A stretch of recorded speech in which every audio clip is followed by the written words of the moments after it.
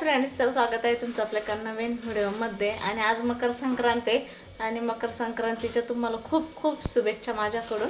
तर आज मला पुरणपोळी बनवायची आणि ते मी ना डाळ शिजण्यासाठी टाकली आहे आणि अजून मला सुरुवातच करायची। आत्ताशी मी सुरुवात केली आहे आणि मी मेकअप वगैरे आत्ता काहीच केला नाही।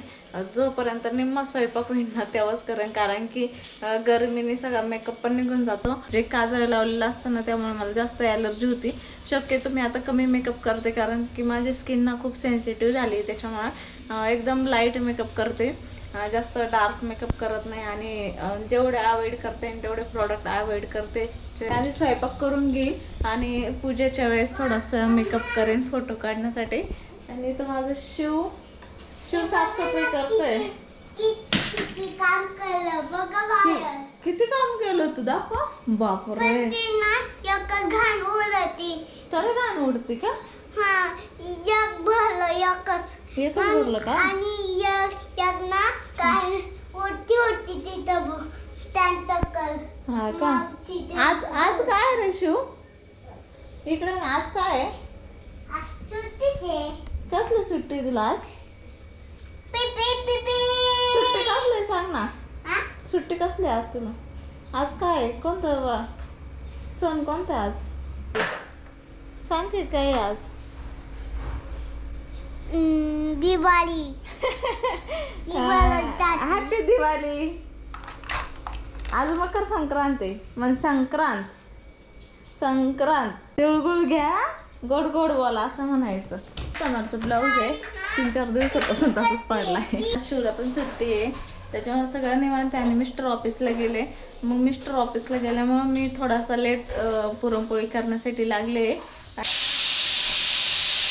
तर फायनली मी आता पुरणपोळीच्या स्वयंपाकाला लागली होती। तर आधी मी ठरवलं होतं नको बनवायला, पण नंतर शिवला खूप आवडते पुरणपोळी, त्यासाठी मग म्हणलं बनवूच। आणि तसं काही ठिकाणी पुरणपोळी करतात आणि काही ठिकाणी गुळपोळी पण करतात।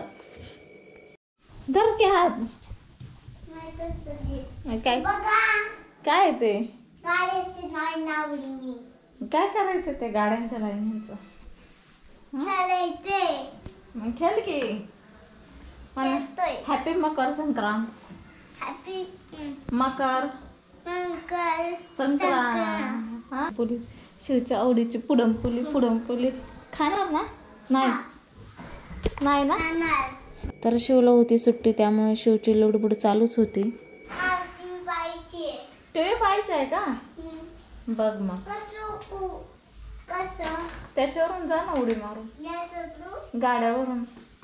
मग 2 गाड्या बाजूला कर, तिथून जा परत लावून दे गाड्या।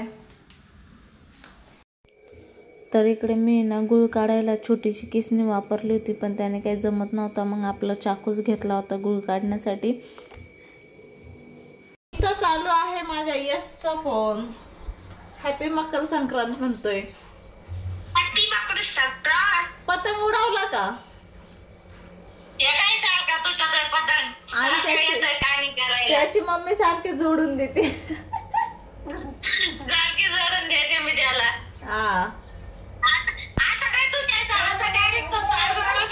सुरेखा द्यायचं सगळं आवरून बसली, आराम करते। मोस्ट डिफिकल्ट टास्क म्हणजे ओनियन चॉपिंग। तर इथं मी कांदा कापते आणि कांदा कापताना अक्षरशः मला डोळ्यातून एवढं पाणी येतं आणि मला ना अक्षरशः कंटाळा येतो ते कांदा कापायचा। आणि इकडे सुरेखा ताईचा पण फोन चालू होता। इथे कांदा आता कापून झालाय आणि माझी अवस्था बघू शकते। त्यानंतर मी ना पुरणपोळीमध्ये म्हणजे पुरणात टाकण्यासाठी मी मसाला बनवला होता।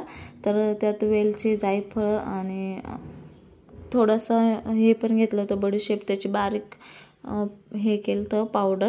आणि ते डाळ पण शिजली होती, एका मागे एक सगळे कामच चालू होतं, कुठंच विश्राम नसतो पुरणपोळीच्या स्वयंपाकात, कारण की एक झालं की एकाची तयारी करायची असते। तर इथे आता डाळ शिजली होती आणि ते डाळीचं पाणी मी बाजूला काढून ठेवलं होतं सार बनवण्यासाठी, म्हणजे कटाची आमटी बनवण्यासाठी। त्यानंतर लगेच मी पुरण परतवण्यासाठी घेतलं, कारण की पुरणपोळी सगळ्यात मेन म्हणजे पुरण बनवणं कठीण नसतं म्हणजे सोपंच असतं, पण त्याला जास्त वेळ लागतो। तर पुरण मी परतायला ठेवलं होतं कमी गॅसवर आणि तेवढ्यात मी मसाला पण बारीक करून घेतला होता कटाच्या आमटीसाठी। आणि इथं तुम्ही बघू शकता पुरण एवढं पातळ झालं होतं, कारण की गुळाचं पाणी सुटलेलं होतं. त्यानंतर मी त्यात पावडर टाकली जी मी बनवलेली होती आणि त्याने खूप छान टेस्ट येते पुरणला. तर ना मी हाय फ्लेमवरती थोडंसं मग परतून घेतलं आहे आणि त्यात 1 चमचा तूप टाकलं. तुपाने खूप छान टेस्ट येते आणि आता हाय फ्लेमवर परतून घेतल्यावर एकदम म्हणजे मेन याच्यात आलं ते. तर इथे ना पुरण रेडी झालं होतं आणि ते आता मी ना बारीक करून घेते चाळणीच्या साहाय्याने. आणि ह्यावेळेस जे मी पुरण बनवलं होतं त्याला खूप छान टेस्ट आली होती, कारण की ते जास्त पाणी सुटलं होतं. त्यानंतर मी त्याला कमी गॅसवरती थोडंसं आटून घेतलं ना, त्याला खूप छान टेस्ट आली होती. त्यानंतर मी ना पीठ मळण्यासाठी घेतलं पुरणपोळी बनवण्यासाठी. तर त्यात मी गव्हाचं पीठ आणि मैदा मिक्स केला होता. तर मैद्याने खूप छान बाइंडिंग पण येते आणि ना पुरणपोळ्या फाटत पण नाही. तर इथं तेल लावून मी छानपैकी ना मळून घेत होते. जेवढं मळता येईल तेवढं मळून घेत होते, कारण की पीठ जर चांगलं मळलेलं असलं ना पुरणपोळी छान येते. आता मी इथं पूजेची तयारी करते. सगळ्यात आधी मी रांगोळी काढायला घेतली आणि माझा शिव राहणार नाही असं कधीच होत नाही. शिव कायम पुढं असतो, माझ्या पुढं असतो रांगोळी काढण्यासाठी आणि रांगोळी काढून घरभर पसारा करून देतो. आज तुझं पण देतो आधी हा नाही दिलं ना प्लीज हा नाही देत. मग तुझी कट्टी नको ना कट्टी घेऊ. मग देतो कोणतं देऊ? ये मला याचं टाकायचं याला आणि याचं असं काढणार. काय काढलं तू? ते छान आहे, छान आहे ना. इथं शिवने रांगोळी काढली आहे दरवेळेसप्रमाणे आणि इथं मी काढली रॅन्डम. शिवांची पाठीमागं रांगोळी चालली बाहेर. आता पूर्ण दरवाजात रांगोळी. त्याला आकार काय देऊ? आता संपली खाली रांगोळी बघ. आता बास किती रांगोळी काढली तिच्या पाय. मोठा नाही बाबा, ते आता आपल्याला लागतं ना. पुढच्या देव बाप्पा करायचं असल्यावर तू सगळे नासवशील. शिवड्या सगळे नको नासू, थोडीच काढ. तर इथे मी ना सगळं पुजायला घेतलंय आणि आमच्या इकडे ना आम्ही घरीच पूजत असतो. तर या साईडला आहे ना वौसायला पण जातात, म्हणजे बऱ्याच ठिकाणी जातात. पण मी मागच्या वेळेस गेले होते, यावेळेस नाही गेले. तर घरीच पूजा केली.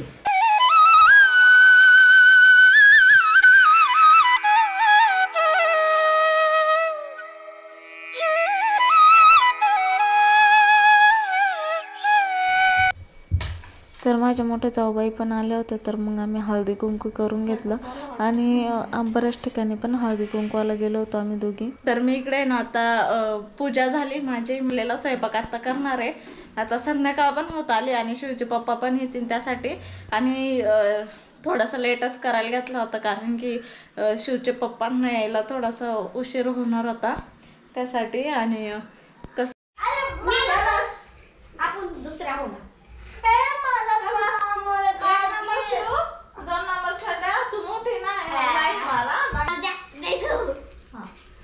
मी पण जास्त टाकला. जय बाप्पा बुद्धी देव. काय म्हणायचं? तिळगुळ घ्या, गोड बोला. मी दिलं मी त्याच बोलते ना, मी पण देऊ आता. परत देऊ का? नाही परत तू म्हणला नाही ना तिळगुळ घ्या, गोड गोड बोला.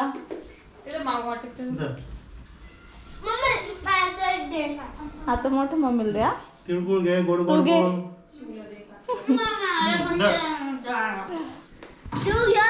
बरं तिळगुळ घ्या.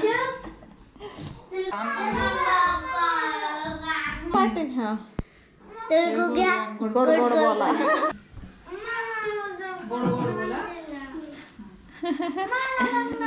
काय माऊला द्या. घे ना माऊनी बाप्पा गेलाय.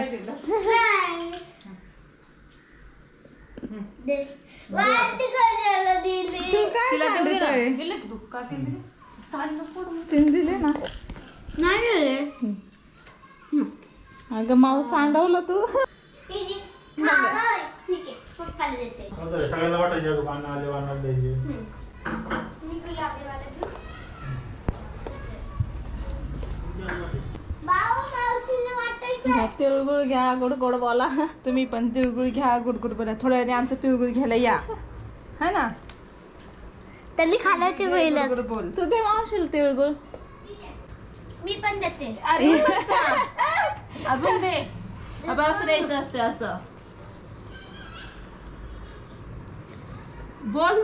हा. तिळगुळ घ्या, गोड गोड बोला. त्याला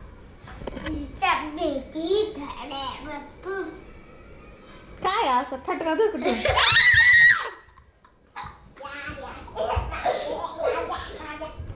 दम का वाकडं.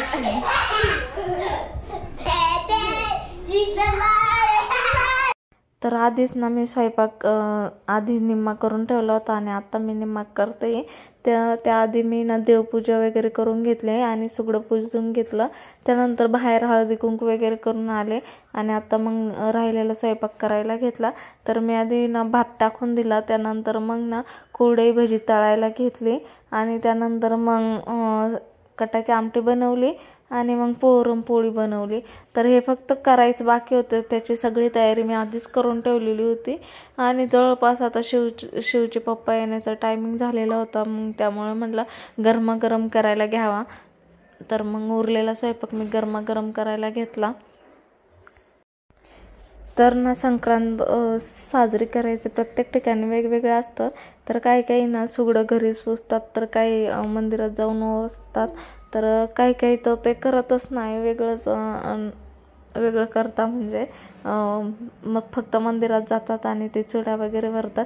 म्हणजे प्रत्येकाची वेगवेगळी पद्धत असते. आपण सगळ्यांचाच आदर करायला पाहिजे, म्हणजे सगळ्या पद्धतींचा. तर इथे ना आता कटाची आमटी पण झाली आहे.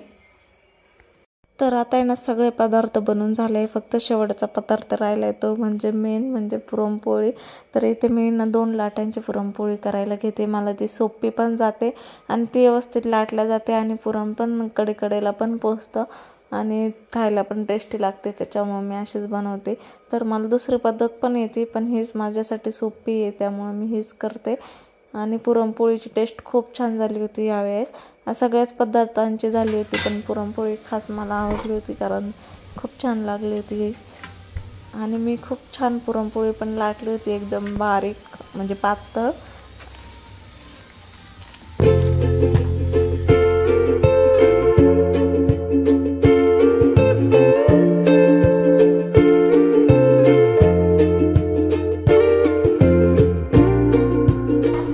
काय माहिती कसे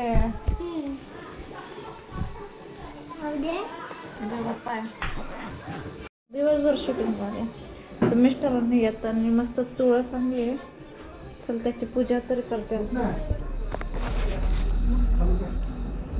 तर ना इकडं मग सगळा स्वयंपाक रेडी झालाय. आता पुरणपोळीचा सगळा स्वयंपाक झालाय.